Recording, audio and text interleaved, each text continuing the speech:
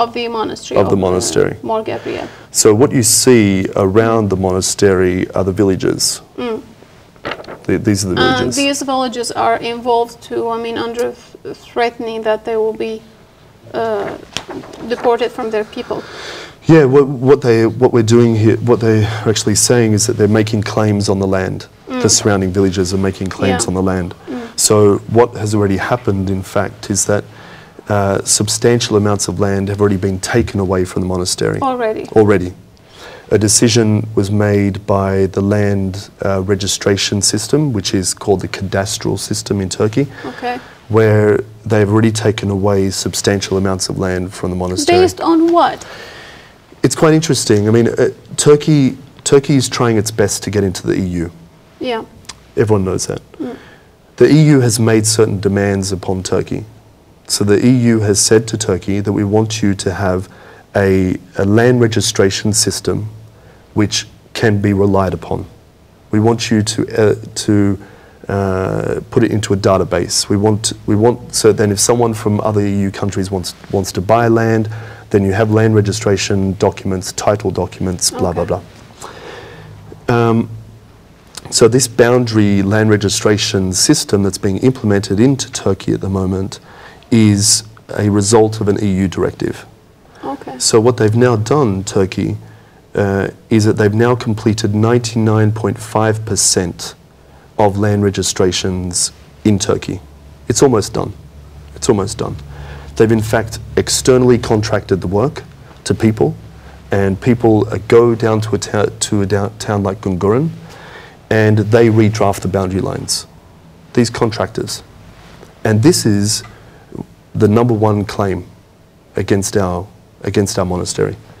So what's happened now is that, just to give you the figures, at the beginning, the boundary people, the authority on land registration, gave 80 hectares of land to the village named Englenche.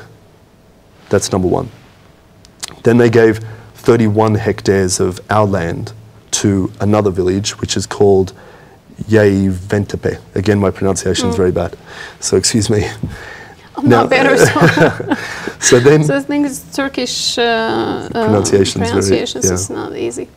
Then there was another village which is called Kundali. Okay. That village demanded 100 square meters from the monastery, and we gave it to them, in fact. Okay. Apparently we gave it to them because it was a small amount of land and they wanted it, and we gave it to them thinking they would then go away.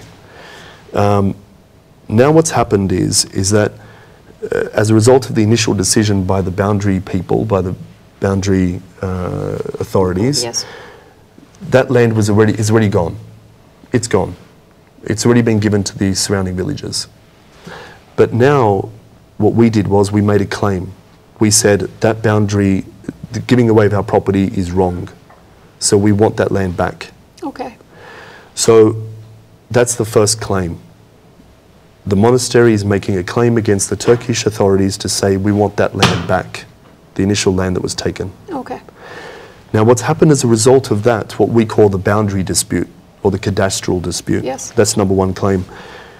The surrounding villages have now said we want more land. That wasn't enough for us. Oh. So now what's happened is that, as you see from the map, that additional land there is now being claimed by Englenche. Is now claiming all that land there, more. It actually touches the monastery wall. So it goes all the way down to the monastery. Yayventepe is now claiming more land around here. So you now see that Englenche is now claiming an additional 174 hectares of land from the monastery. Yayventepe is claiming an additional 13 hectares of land. And all these demands are claimed in court? Yeah, they're claimed in court, correct. So, and it doesn't even stop there. Because in fact now these surrounding villages even want more land. Oh. So it's, you go to the courtroom and you discover something new every time. You know, you think you know what's going on. Yeah, it is effectively. So you think that you know what's happening, you think that you know the limits of the claims, and then there are new claims made. So you prepare yourselves for something, and then you go inside, and instead of demanding what you already know, you be shocked by new demands of the other part. Absolutely.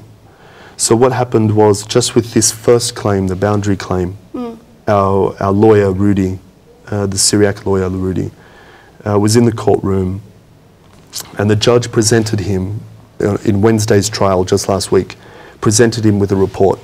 And that report said that now Yaventepe and Inglenche, and also the other village, which we gave the 100 square meters to, now state that they do not want the monastery to be part of Gungurin village, that they actually want the monastery to be part of their villages, so then they can now control the monastery.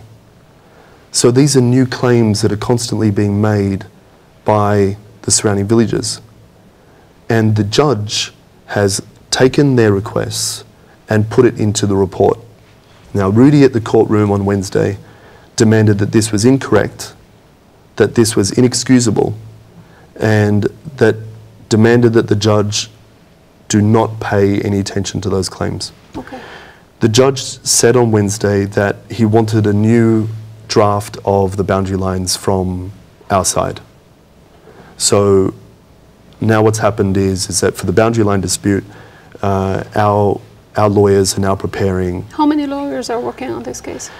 For our side, we have 3 lawyers, 2 lawyers, but there's a third one that we consult with in Istanbul. And they live there in Atro? They live there in Midyat. Good. So we have Rudy, who is a Syriac lawyer. We also have a local lawyer. I believe his name is Mahmoud, and I apologize if that name is wrong. But he also works on the case. Yeah. So the first case that we have is the boundary line dispute, what we call the boundary line dispute. Yes. And that is ongoing. We do not know how that's going to result, what's going to happen with that, but that is a significant claim against the monastery. We have 4 cases with the monastery at the moment. Okay. There are 3 more. Oh. So we know so little about it. I know. Well, that's a shame, and it's. I mean, it's so good to have you here to tell us and to tell people in details what is going on there. Yeah. Well, it's extremely confusing. You know, me and Johnny Messor being at the monastery and actually able to talk to people directly and say, look, what is actually going on here? Why has this happened? It's extremely important. We learnt so much just from being there. So the second, I can tell you very quickly, I'll try to anyway, the second and third cases against the monastery are related. So they are called what we call the forestry cases. The forestry cases result again from an EU directive. Okay. So the EU has asked that if Turkey wishes to become part of the EU, that it has to use as much of its land as it possibly can. It has to utilize... What about minorities? Well, what I mean, about that's a whole nother issue, isn't it? You know, as you know, Syriac people are not even recognised as a minority group in Turkey, so we are not even recognised under the Treaty of Lausanne from 1923. But that's a whole other issue. Yes, and that would be like what, threatening any other sacred place of our people there. It's not only, I mean, it's only the start. It is absolutely only the beginning. Our people around the world should make no mistake about this, that this is only the beginning for us. We all think that this is only Mor Gabriel. No, Mor Gabriel, it's not. It's not. Mor Gabriel Monastery represents, like I said to you, the heart and the soul of our people. But for many people, the villages themselves represent the same. So there's many villages around Turkey right now where our people are also being affected. But I can talk about that later. It's just that with respect to the forestry issue, it's extremely important that we also know that with the EU, entering into the EU also comes demands with entering into the EU. So the EU says to Turkey that you have to utilize all the land for agricultural purposes for the benefit of Turkey and the EU. So Turkey then takes advantage of that situation, or can be seen to be taking advantage of that situation, and looks around Turkey and says, where are there land areas